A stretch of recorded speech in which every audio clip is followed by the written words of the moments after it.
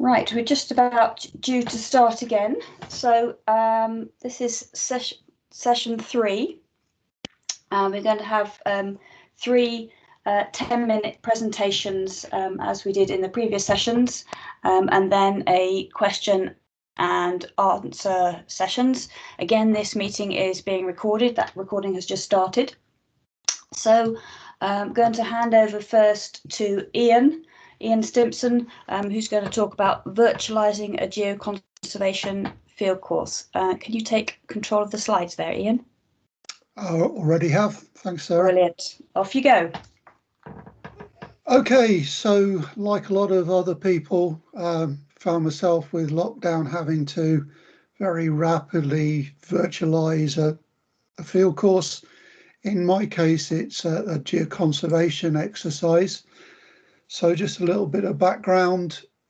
I co-teach 2 modules, Geology and Society, which is for our single honours geology students. And alongside that, there's a parallel module, Geoscience and Society, which is an option for geographers, environmental scientists and environmental and sustainability students who obviously have less of a background in geology that the single honours geology students do. In this module, I traditionally have a 1-day field course to the Staffordshire moorlands, where we explore various aspects of science communication and geoconservation. This is our traditional course. We visit a quarry in the Carboniferous limestone, a place called Brown End, which is a triple SI. We talk about doing geoconservation site condition monitoring, management planning, how to produce a site interpretation board. And then in the afternoon, we walk a section of the Churnit Valley Geotrail, which I wrote a few years back. We talk about geotrails, geotourism, and general communicating geology to the general public. And there are a couple of assessment items associated with this, completing a standard pro forma site condition monitoring form and producing a new geotrail interpretation board.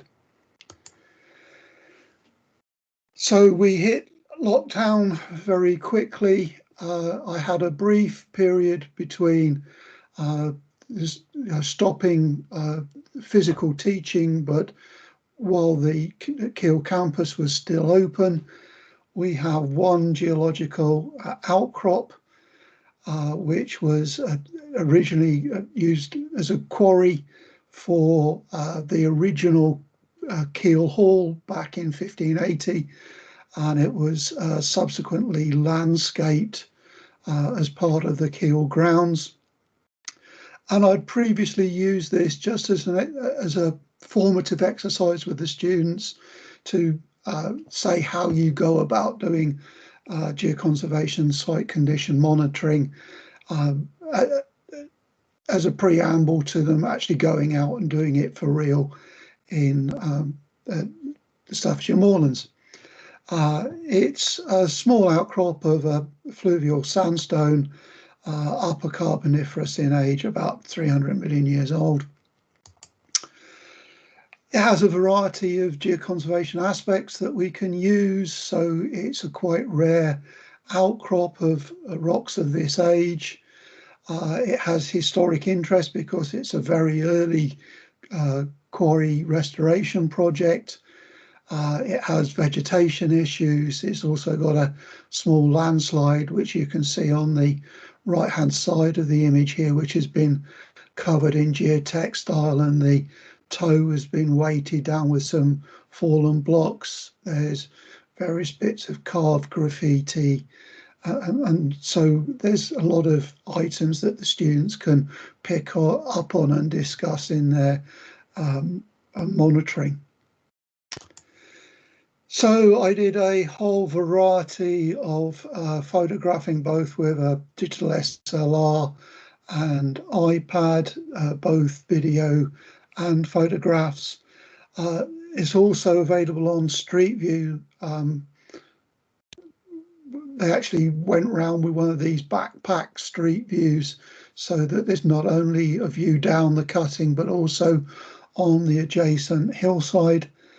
I did editing and montaging of the panoramas using Photoshop, produced a whole series of screen capture videos with Camtasia, uploaded the panoramas to Gigapan, which I demonstrated at a previous EFL showcase in Margam some years back. Uploaded the videos to YouTube, and then built a virtual site on our Blackboard VLE. And producing videos at previous showcases has been extremely valuable in knowing what to do when it came to creating these resources fairly quickly. So this is the Blackboard site. It starts with an overview of what's going to be done, presents a quick guide to project managing this particular exercise. We've got a whole series of videos looking at just the introduction to the site, producing various types of base maps, both topographic and geological, how to complete a site condition monitoring form, the pros and cons of producing site interpretation boards, and then various resources, the photos from the site, links to the gigapans, and then links to the various assessments. So here's just some of the resources, the videos, photographs, gigapans, and so forth. I haven't really had a chance to fully evaluate the course, but in the center of this slide, I'm comparing the marks for this particular exercise between the old field course in 2019 and the virtual field course in 2020, both for the geology students and the geography and environmental students. And for the geology students first, while there's not much change in the mean mark for these students, you can see that particularly the third quartile moves from an upper 2-1 mark to a first class mark, a much wider range of marks. Possibly here the geologists, the good students, have additional material that they can work with, but the geology is not quite as interesting as they previously visited, so some students might not have engaged as well with the exercises they did previously. But the step change has been for the geography and environmental students, and you can see a whole class improvement here in their marks. These are students without that background knowledge in geology, and perhaps the additional background materials has benefited this group in particular. Other sort of thinking back on the exercise, although we managed to do the geoconservation aspects here, I didn't manage to do the geotrails, and there's not as much on SciComm as there was before. And just finally, our external examiner wanted to have a look at this virtual field course replacement, and she actually recommended that we should keep this field course in place for the future because she felt it worked that well. So I'll leave it there.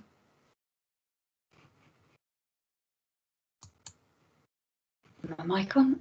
Fantastic. Thank you, Ian. That's brilliant. So we're going to have questions at the end, so we'll move straight on into the next presentation, which is Brian and Harry Whalley. I'm not sure which one of you is going to be presenting, but presenting, Sarah. It's over to you, Brian, then. We're going to talk about, first of all, the Victorian educational system, which is what, in a sense, we've got at the moment. So there we go. Okay, And it's characterised by pack 'em in deep, lecture 'em long, and examine 'em hard. Now, I'm sure... Sorry to interrupt you, Brian. We can't see the slides moving. You need to click the button that says take control in the bottom left-hand corner. You've got it there. Oh, I had done. Right, okay, beg your pardon. Right, Yeah, is that better? Right, okay, I'm okay. sorry, I must have misclicked on it. No worries. Thank you. In other words, what we want to try and do is develop a future educational system which is educationally responsible, learner-centred, and for everybody. And actually, this is where COVID-19 and what we're trying to put in place actually helps us a great deal, rather than sticking with the traditional putting lectures online. So this is what we want to lead off to doing. So we can get a long way with smart devices, network systems, but we think we need to bring more cognitive ways to online, in particular for the tutoring side of things. I'm almost certain that the lecture is not dead, but if you want to see a spirited conversation, then go to this one. The links are at the end of the talk by Mike Merrifield and Phil Moriarty. But it may well be that if we start with a lecture, we can actually progress to get something from it, to give better tutoring, which is what we're trying to look for in the future educational system. So you might start with a lecture, and then after 10 minutes of presenting something, whatever it is, hand it over to the students to discuss a particular problem, threshold concept, sticking point, and so on, and get the students to do that individually in groups. And of course, you can do this in a lecture theatre, but you need online facilities to be able to do that. So that produces lecture discussion tasks. In other words, in a lecture, which could be on a traditional MOOC type of thing, invoke something which is discussive, informative, and in particular active. So just a quick reminder, we've got MOOCs, extended MOOCs, which is basically like our traditional one, connectivist networking MOOCs, CMOOCs. But what we think we should be doing for the most part is going towards SPOCs, small private open courses, which are tutoring small group activities. And one of the things, again, which is quite important, is developing open educational resources. Now, the word or the term hasn't been mentioned today, but we've already seen that from the sort of things that Des was doing. And indeed, everybody in one way or another has been developing OERs. But I think that using the sort of thing that we're tending towards can be useful. And it means that you can get extra benefits out of that for the students, perhaps other people talking about something that you've had difficulty, somebody presenting it in another way. We'll look at 1 or 2 examples of that in a minute. So we take as a starting point Chickering and Gamson's 7 principles for good practice. Encourages student-faculty contact, encourages reciprocity and cooperation. Active learning gives prompt feedback, emphasises time on task, and that's clearly something which is related to laboratory work and to field work. High expectations, which we would normally have, but respects diverse talents and ways of learning. So, okay, you can start with your lecture, stop after 10 minutes, discuss something and develop a lecture discussion task from that. And that could then be used in a tutoring session. You might want to actually already start with something that you have, a PowerPoint or a Keynote. One of the things that people perhaps don't do is, okay, well, it's only PowerPoint, but there are all sorts of good sharing facilities. And there are 2 on here, the Keynote one where you can go to Keynote Live, or share things on a PowerPoint on the top right. And those are available fairly easily. But it may be that perhaps as part of the lecture discussion task, you take an existing PowerPoint and take something, give it to the students. There's a problem.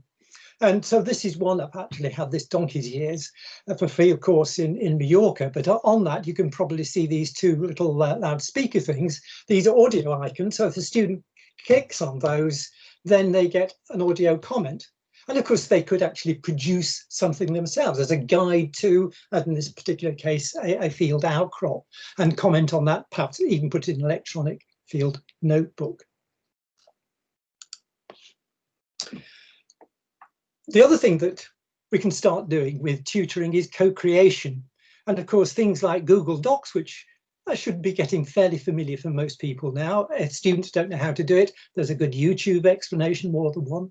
Or, and it has been mentioned, Google Earth, using the Google Earth tours, and there are explanations on that. But in particular, and it goes back to what Des was talking about, Google Earth time lapses. There are some good glacier recession examples on there. So these are all examples of OERs that can be used for all sorts of different purposes. In other words, to multi-use them for whatever you particularly want. And there are other applications. In particular, I've put a number of things down there, particularly related to drawing and using concept diagrams and so on, which are quite useful things, again, to be able to share with students as a tutor, students in particular share amongst themselves for group work. These things can all be developed using online. So here's one good example of OERs on YouTube. This is from a FutureLearn MOOC.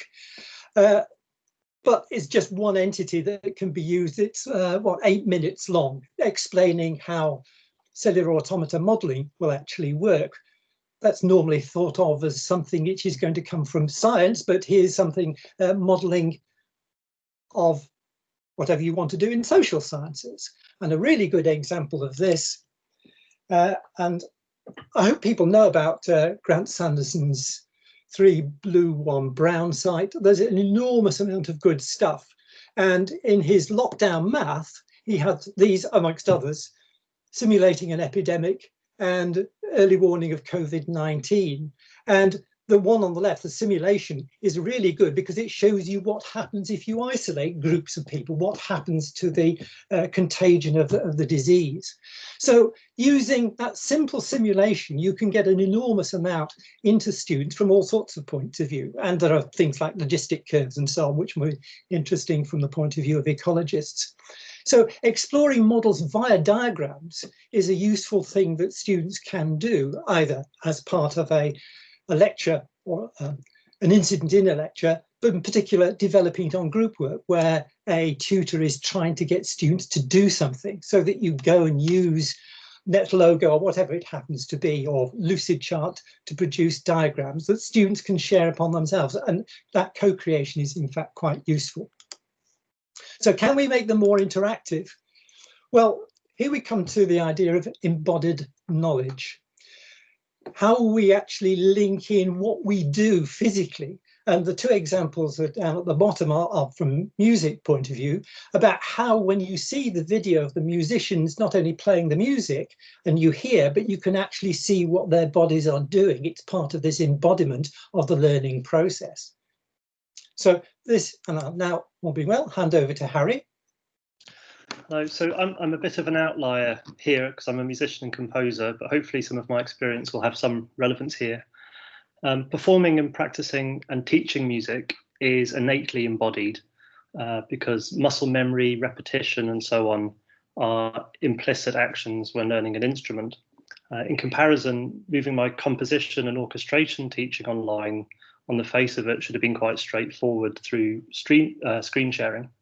However, even in small tutorial groups, this has created a barrier. And if you're able to go on to the next slide, please. There's a barrier, a literal barrier in a sense, with the screen. In person, I would normally work between a whiteboard, a piano, and manuscript paper for students, or a computer. And this shared physical space is a physical separation of the types of content and allows the teaching to have changes in pace, interruptions, and organic changes from one tutorials and back seamlessly. So moving online, the addition and the added friction of video conferencing and screen sharing made our sessions in comparison feel bogged down.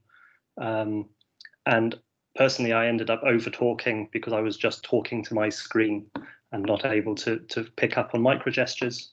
So a few weeks into the forced COVID-19 experiment, I introduced an iPad into orchestration and composition tutorials, simply logging in to Zoom, which is what we use, from 2 accounts, and using screen sharing on the device only. Thank you. I see the minute.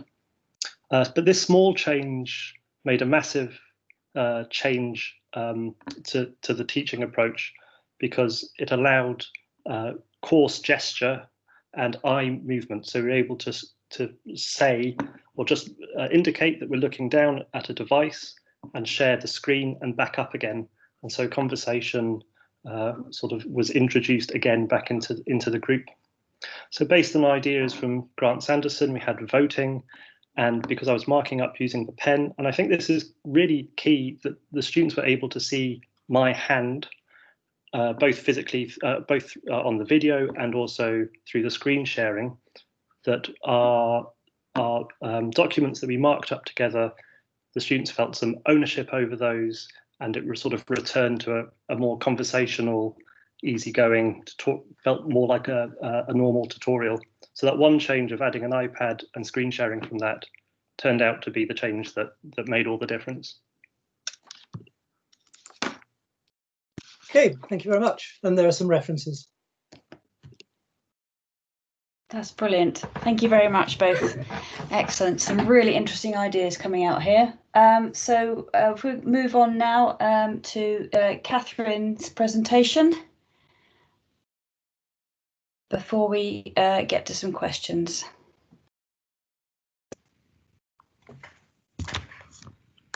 Okay, hi everybody. I'm Katharine Welsh, University of Chester, if you haven't come across me already in emails and what have you. And this isn't a fieldwork fix, but it is kind of on the other side of the fieldwork. So I've been doing this work with my colleagues Geoff, Tony Cliffe and Servel Miller. We have been teaching sorry, I need to change my own slides today. We've been teaching a master's programme online for the last year in this way. So the majority of our teaching is done by Microsoft Teams, and then some days we have the students coming in to us on site for this kind of blended approach. A year ago, that was quite an innovative way of teaching.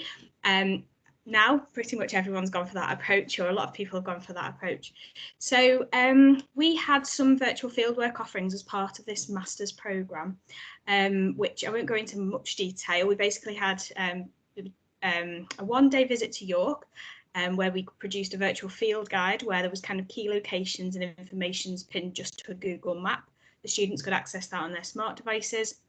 And then we had a 3 or 4 day, I think it's 4-day field trip planned to the Netherlands, and we had created a virtual sort of guide around the sites to get students familiar with the sites using ThingLink, as Leslie, the same sort of software that Leslie was demonstrating earlier. We had embedded videos, there's 360 imagery, and this was originally due to be a pre-fieldwork tool, but eventually became the real field trip with kind of 36 hours notice. We had the trip cancelled and we had to kind of put extra resources into that. So it was it changed from sort of a supporting a role to becoming kind of the replacement trip.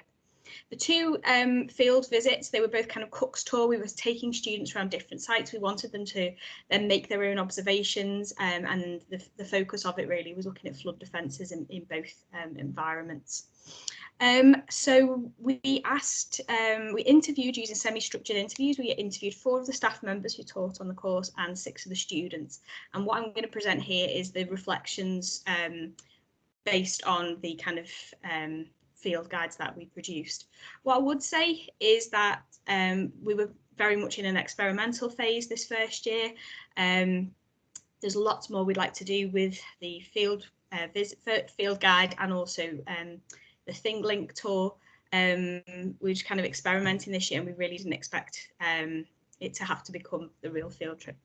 So I'll move on. So some of the findings from these interviews, the kind of overriding theme throughout, which is what we've heard lots of times today, staff and students felt strongly that virtual fieldwork cannot replace traditional fieldwork. And I'm intrigued to see how this changes over the course of the next year, because a lot of the field work that would have been taking place normally will now be taking place in maybe in a virtual environment.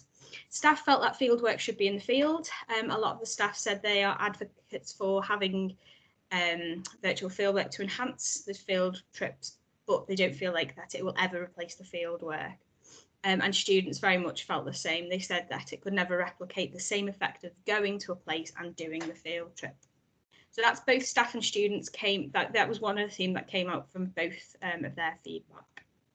Similarly, both staff and students recognised the role of virtual fieldwork as a familiarisation tool. They thought it was brilliant to use both pre and post fieldwork. So a lot of the students felt they were more acquainted with the place. They liked it in terms of preparation. They felt that they didn't go out into the field being clueless. It was helpful beforehand, and then students also felt that it was really helpful afterwards, and staff felt the same way. Students could go back and recap some of the sites and remember some of the key information. So using the virtual field trips as we had planned to do in the first instance, which was as a supporting role for the actual field work, staff and students both thought that was a really good idea, and actually having them seemed to enhance the learning or enhance the experience that the students had. Staff, not students, only staff felt that the place can only be truly experienced by an individual. And I don't know if this is the human geographer coming out, the accidental human geographer coming out in some of the staff members, but they said, you know, you don't get the smells, you don't feel the wind, you don't get that visual element of physically being outside in the environment. Other staff said, I think there's something special about getting to physically see a place with your own eyes. Another staff member, I don't think you can ever truly experience a place for yourself until you've been there for yourself and seen it with your own eyes. In a virtual field trip, you're only seeing what the person who's made the trip wants you to see. And I think that's a really important point going forward with these trips, is to make sure that students realise that they're really only seeing kind of a creative view, if you like, of a place. You don't get that sense of place without actually visiting the place. You know, we've all used Google Street View. It's not the same as driving down the road. Staff think that virtual fieldwork can save time. So some of, you know, the familiarisation side, this was very much linked to that theme. Students didn't seem to pick up on that, but staff did. You know, trips that we've all got pressure on fieldwork budgets. Trips that used to maybe be 7 days, then maybe now 4 or 5 days. These kind of virtual field experiences can help to familiarise students, and therefore when they get into the field, they kind of hit the ground running. They recognise a place, or they recognise that site because they've seen it on a video or they've seen it in a picture. And so staff very much felt like it was a really useful tool to try and save time with, so they don't have that sort of same introduction in the field because they've already had it before they've gone. Staff recognise that virtual fieldwork can open up new possibilities and experiences. So you can put students in situations that they will never experience as an undergraduate. You can also give them more of these type of opportunities. We work in the field of hazards, as and a lot of the, you know, we're talking about flooding, but also we've used virtual fieldwork with undergraduates. So we've put them, we've done virtual field trips to volcanoes. We've done, you know, we can sort of send them around anywhere really. And so without there being a huge cost associated with it, if that real fieldwork experience isn't possible, then the virtual field can open up some of those new possibilities and experiences. Staff and students both felt that they wanted longer and more detailed virtual fieldwork. And as I said at the start, these field courses were never really written in a way that they should be the kind of main event, and they were only ever designed in a supporting role. But all the staff really who were interviewed very much felt that they wanted to make them longer, they wanted to make them more detailed.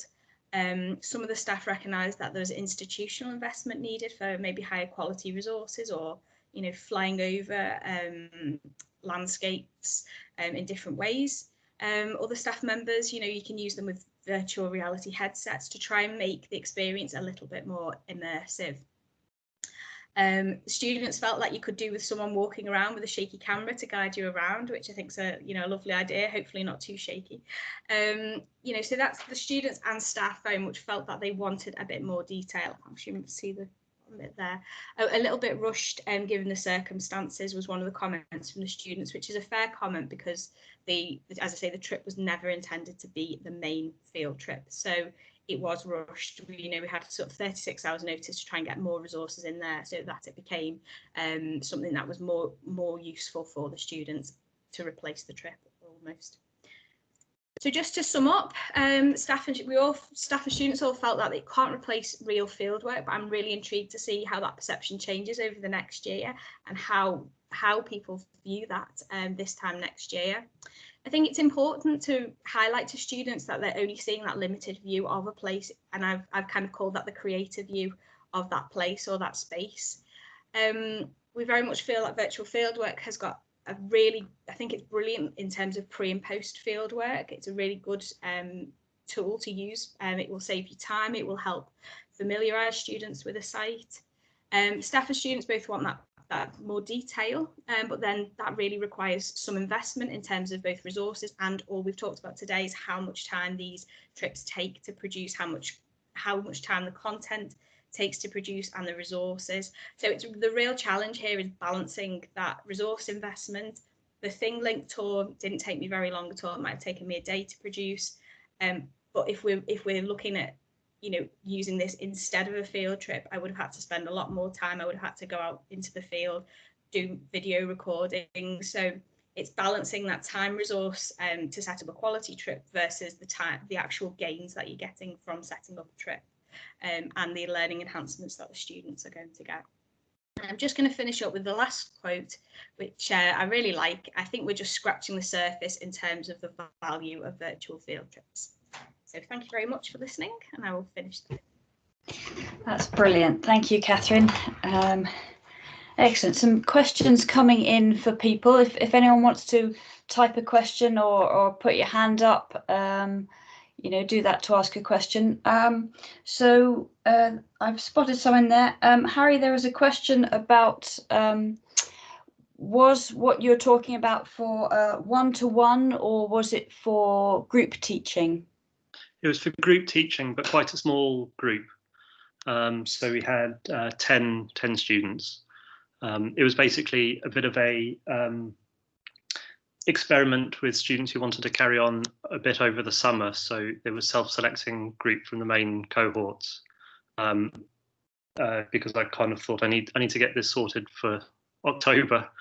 But we're actually going to carry on with this when we start in person. And in fact, there's a few things that came up that were problems that students didn't really talk about. So when I was using, projectors, and you've got a manuscript, music manuscript, and you're at the back, you can't see it. But if you have it streamed onto your computer screen right in front of you, then you can actually see what's going on. So we're going to basically try to do the same thing where I'm at the front of the classroom. Students will just log in from whatever computers they are on around the room, or if they have to self-isolate, they can join in that way.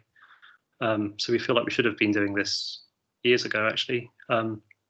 But the change between having one screen for me and one screen for my content was the small change that made the big difference. And I think that's scalable, actually, even to a large group. It feels like it's scalable. That's brilliant. It's so interesting to see what people are doing in other areas, because so often we're talking to ourselves. I mean, this group is great because we get to talk across some different sciences, but we don't make that connection to the arts. So that's really, really interesting. But I don't know if anyone else wants to pick out any other questions here. There's a comment from Leslie about the expectations of students when we talk about virtual field courses. Are they expecting something more advanced, like what they might see in games? Katharine or Ian, have you got any comments you want to make about that? I think it's something that's really actually underexplored. This is just fairly, in terms of the technology available, we've really only seen this emerging the last couple of years. I know it's been around, virtual trips have been around for a while, but not in kind of the format that we're expecting. And I don't think it's very well studied really what the student expectations are of a virtual field course, and it'd be really interesting to explore that in more detail. But I totally agree with you in terms of, is it something as advanced as they might see in video games? There are really high-end graphics out there for things like that now, but at a university level, unless you're working with somebody in a computer department, or you have got a lot of money to invest in an outside games company. I don't think you're ever going to replicate that. And that always, it ends up coming back down to resources. But I think in terms of your question about what are the student expectations, I think that's a really interesting question. It's not one I've got the answer for, I'm afraid. I think it's probably a mix, and the more students get exposed to different types of virtual field courses, the more they'll bring their judgment to bear. But I mean, a lot of us were plunged in very quickly in geology. If they all end up, as a lot of them are doing, the Leeds virtual exercises on sort of the Anglesey one, that's a very high bar for the rest of us to meet. So I think we maybe have to have some expectation management at the start of individual field courses to say, look, this is what we're trying to achieve, this is the technology we're trying to use, these are the outcomes we want you to have at the end, and take it that way.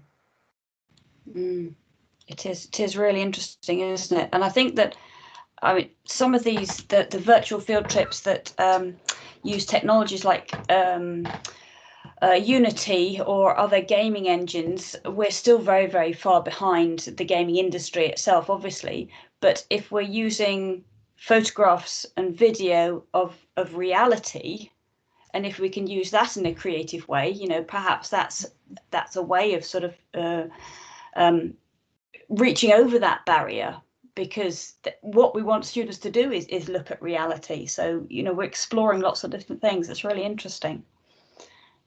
Got some comments here about being seasick in virtual reality and with shaky cameras. Is there any other questions that or comments that people want to make? There's a question, are Google Earth tours the same as Google Earth Movie? Just a little, that might be a quick one to answer, I don't know. I think that was for you, Ian. I'd have to check, but there are a variety of flavours of Google Earth going around at the moment.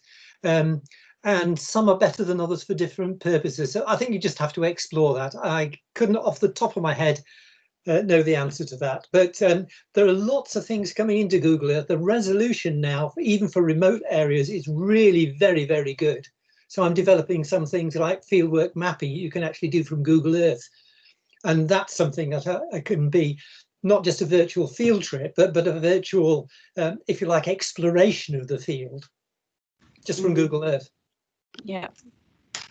And the other thing that other comment here that's just sort of linked to that is from DJ Horn. I'm not sure what your first name is a possible key is to managing student expectations is getting them to contribute, to be part of that co-creation, which is a really interesting idea.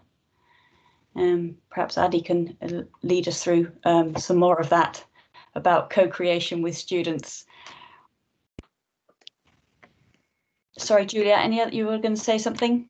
No, just worth picking up the comment that people are talking about the time on task, and when you're in the field, people just have to get things done because that's the time they've got, and you can't go back, and sort of it's that idea of doing the best you can in the time you've got available versus leaving things to the last minute or being a perfectionist. You've sort of got time in the field, and so those things that are different in virtual field courses to reality. There were quite a few interesting comments about that. Yeah, brilliant.